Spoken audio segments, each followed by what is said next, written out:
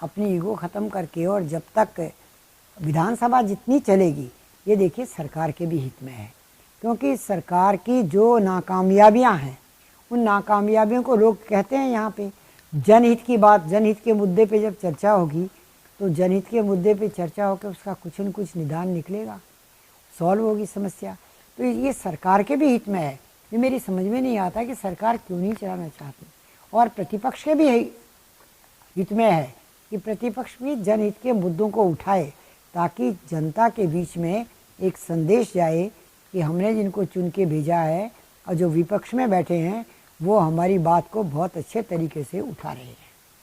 दोनों को ही फ़ायदा है, लेकिन मेरी समझ में नहीं आता कि ये ऐसा क्यों हो रहा है, कुछ समझ में नहीं आ रही बात। जी मैम, ये तो आपने राजनीतिक स्थितियों की बताई ही, जो असेंबली से जुड़ी बातें हैं।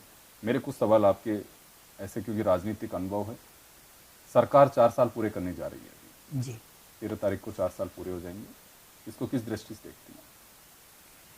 4 साल के अंदर सरकार ने तो साल भर बाद ही, जिसे कहना चाहिए, अपनी इस तरह की स्थिति बना ली थी कि आम जनता और ब्यूरोक्रेसी दोनों में ये एक तरीके संदेश चला गया कि ये सरकार अगली बार नहीं आएगी, ये सरकार अगली बार नहीं आएगी।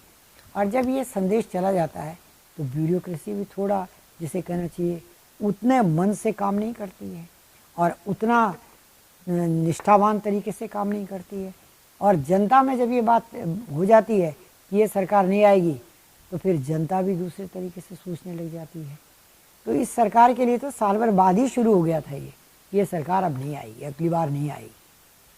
दूसरा, जैसे कोई भी गवर्नमेंट हो, आपकी भी सरकार रही है, आपको लंबा अनुभव भी है, लास्ट का जो साल होता है उसमें तो ये बात आ जाती है, उसमें क्या स्थितियां होती हैं? नहीं, लास्ट के अंदर तो देखिए ऐसा होता है कि ब्यूरोक्रेसी के दिमाग में जब ये बात आती है कि ये सरकार नहीं आएगी तो विपक्ष की बात को ज़्यादा महत्व देता है। देखिए मैं आपसे बताऊंगा, तो ये बात तो होती है आखिरी साल में, जब ये महसूस हो जाए कि नहीं आएगी।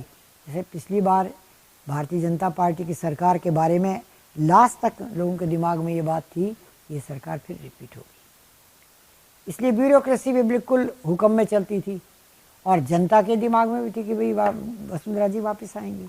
ये तो भाग्य की बात है कि वो नहीं आ पाई।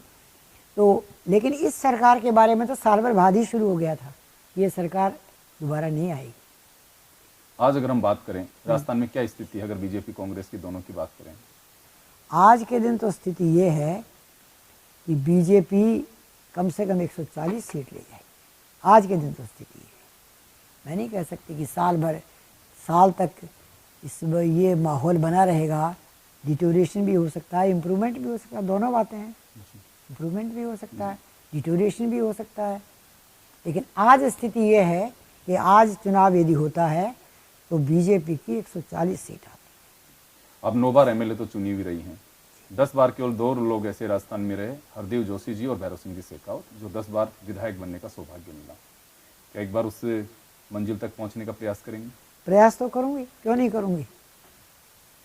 चुनाव लड़ना है अगली बार, चुनाव इरादा है। राजस्थान में पार्टी टिकट देगी तो जरूर लड़ूंगी, क्यों नहीं लड़ूंगी।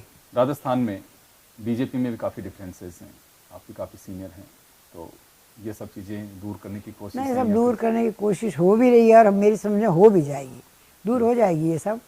और वसुंधरा जी निर्विवाद नेता हैं इस प्रदेश की, और मेरी समझ में उनके नेतृत्व में निश्चित तौर से अगली बार बीजेपी की सरकार बनेगी।